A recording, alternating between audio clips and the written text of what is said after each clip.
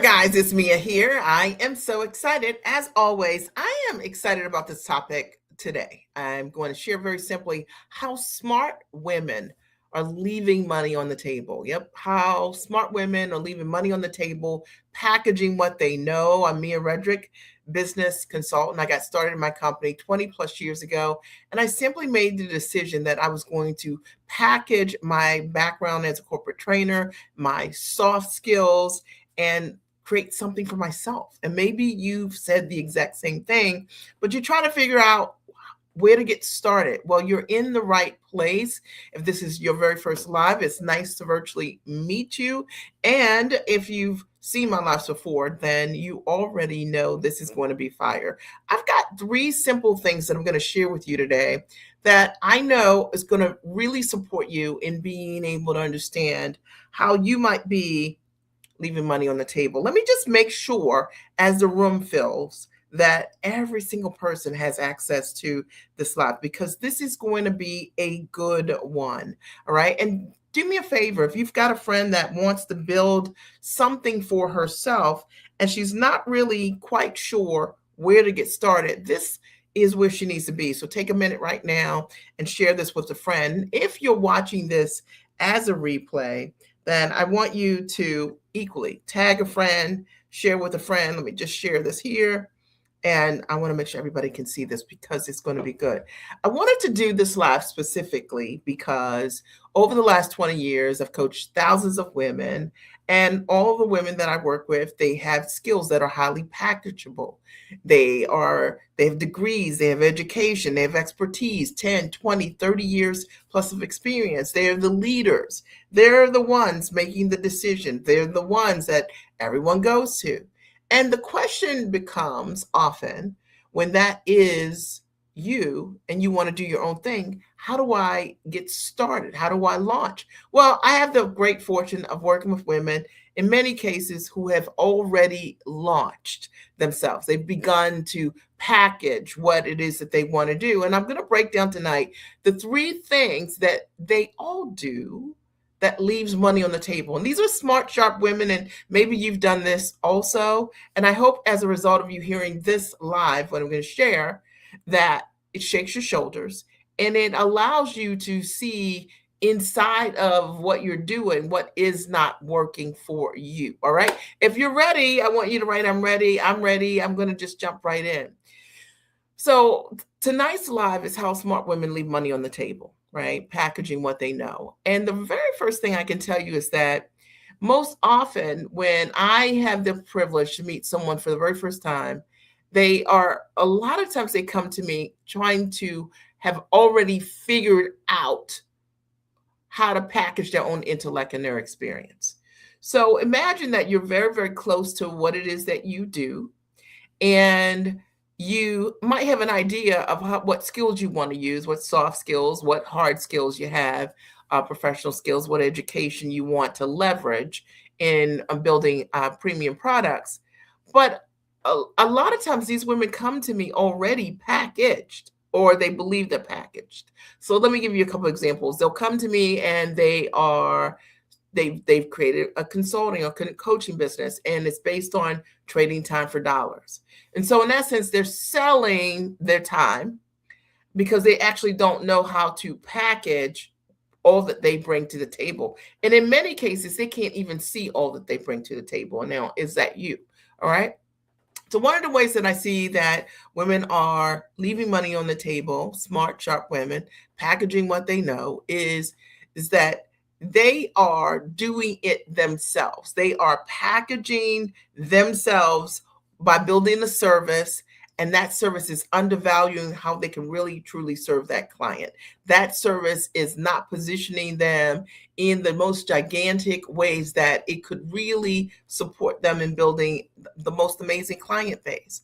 Often when I have the opportunity to step back, objectively see all that client brings to the table, what you bring to the table, I'm able to quickly diagnose for them what they are not offering the client that is the highest and tallest level of value that they can bring to the client. And more importantly, what the structure of what they're offering needs to contain, right? So that it fully delivers to the client a result, right? Because that's what people come to you for. I think one of the biggest issues with women that coach themselves is that they have a belief that they are selling time, that they have to prove themselves. Or I will also see the same women package or believe that they've packaged by writing some ebook, doing some mini courses, selling low ticket products, and not really having an understanding around how people who sell products that are lower in value, lower ticket, what the strategic strategy is behind it. Most often, when I see women who are smart and sharp, highly capable, PhDs, MDs, JDs, you name it, and they go to market sometimes to get validation. So they'll sell something low ticket, beta test something that um, that won't really truly attract the client that is the investor, your ideal audience. So they end up wasting a lot of time and money because of that approach. Is that making sense, or is that making sense? All right. Today, what we're talking about is how women who are smart and sharp go to market and they devalue what they're doing. And they do it, one, because they're coaching themselves and they're selling something that they believe is a package, but it actually isn't. And it hurts them long term. When I tell you the number of women that tell me, I've already started doing this and nobody's buying this, and they believe that the way that they advised themselves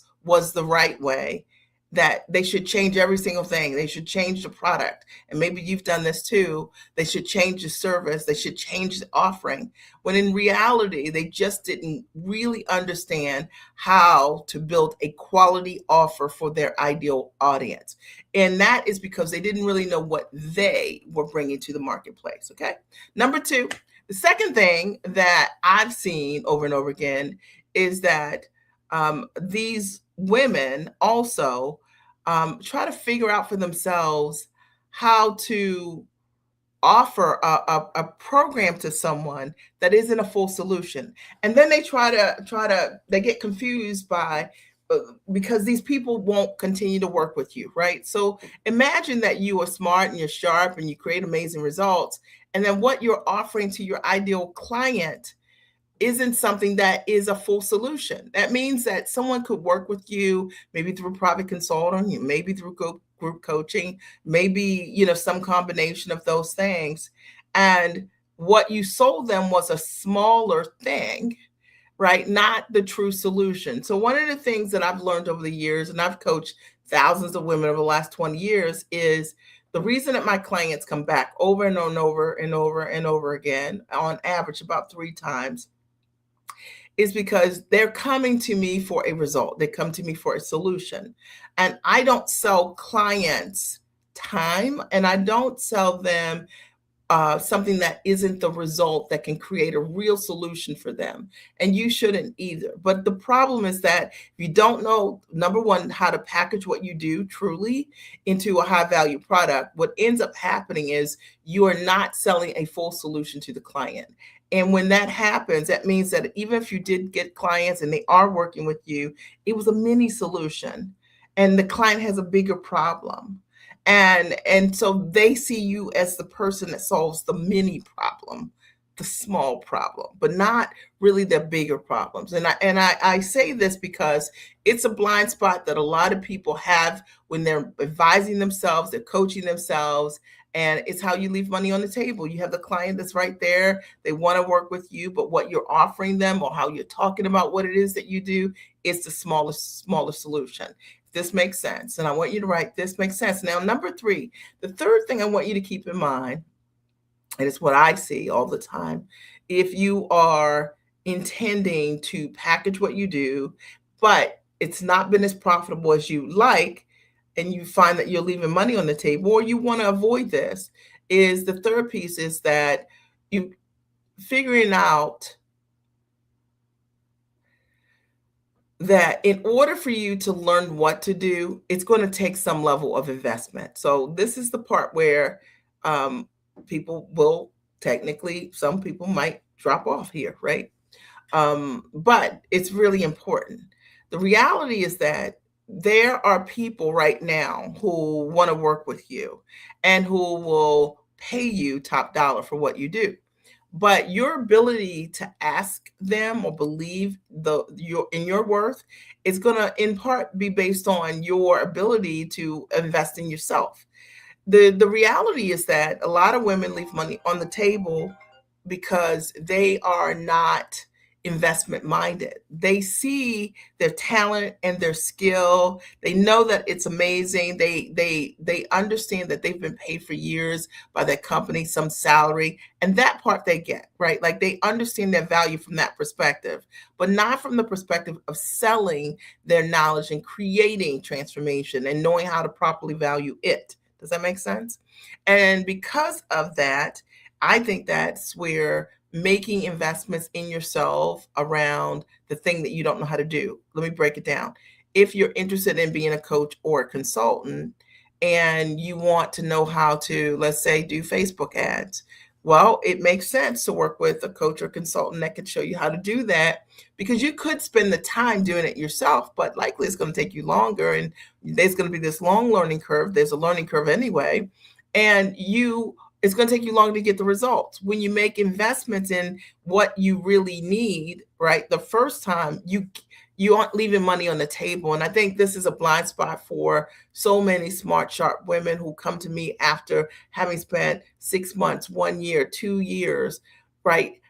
Doing the work, but doing it in the wrong way and being unwilling until they have really, until they're in a place of desperation, actually, to create that result that they want, right? Like now they have to create the result because they've been working in business for 2 years, but they now have been bruised, their ego's been bruised, and they're not getting the results because they've been doing these things for so long the wrong way and without support. Equally, I'd say, if I wanted to run a business and coach and consult clients, the first thing I would do is work with someone that has worked with clients, and a lot of them that has had successful outcomes for them, because I would want to know that model. And I think that it's a blind spot that many people like to glean things, but not invest in the real, the like the behind the scenes to learn what it is that you can do.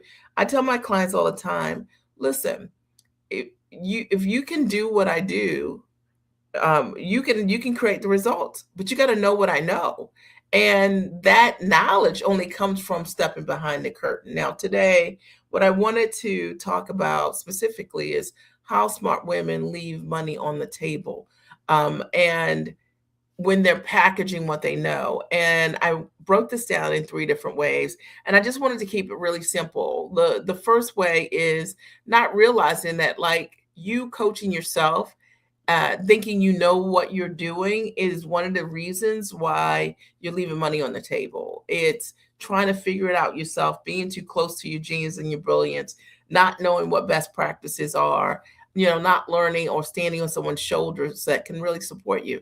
And number two, um, selling to your ideal prospects, or not even your ideal prospects, something that isn't representative of the full solution, because you don't even know what it is.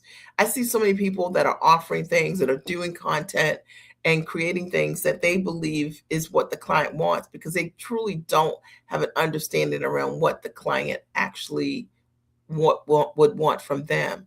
And I think that's a really important distinction. And if you're doing that, this will really help you. The third piece is that I think when some people are equally, or need to figure out that you're leaving money on the table by not investing in the right solution for yourself the first time.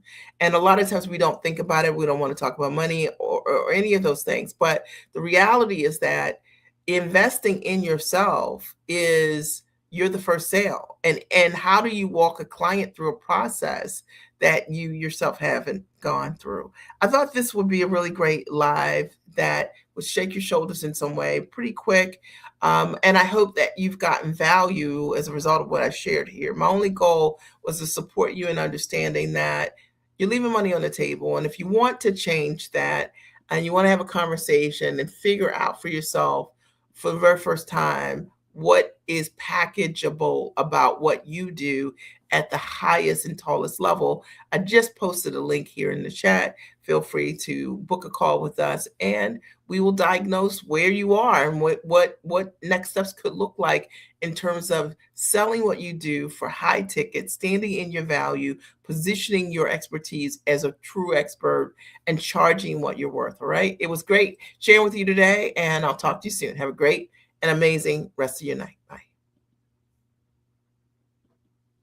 I have been working with Mia Redrick for a couple of months now. I come to this experience with a lot of education. She was speaking my language from day one. What has changed for me is with all of the education, with all of the training and workshops and private coaching and things that I've had, what I didn't have was a real understanding on how I could package these things, price them, and promote them so that I could monetize what it is that I do and what it is that I wanted to do. And now with Mia, I have an understanding of how to take my tangible and intangible gifts, talents, and skills and put those things in a package that allows me to serve other people and benefit from it. I was stuck. I never thought of my knowledge as something that I could create it as a proprietary system. What is the value of that? For me, it is priceless.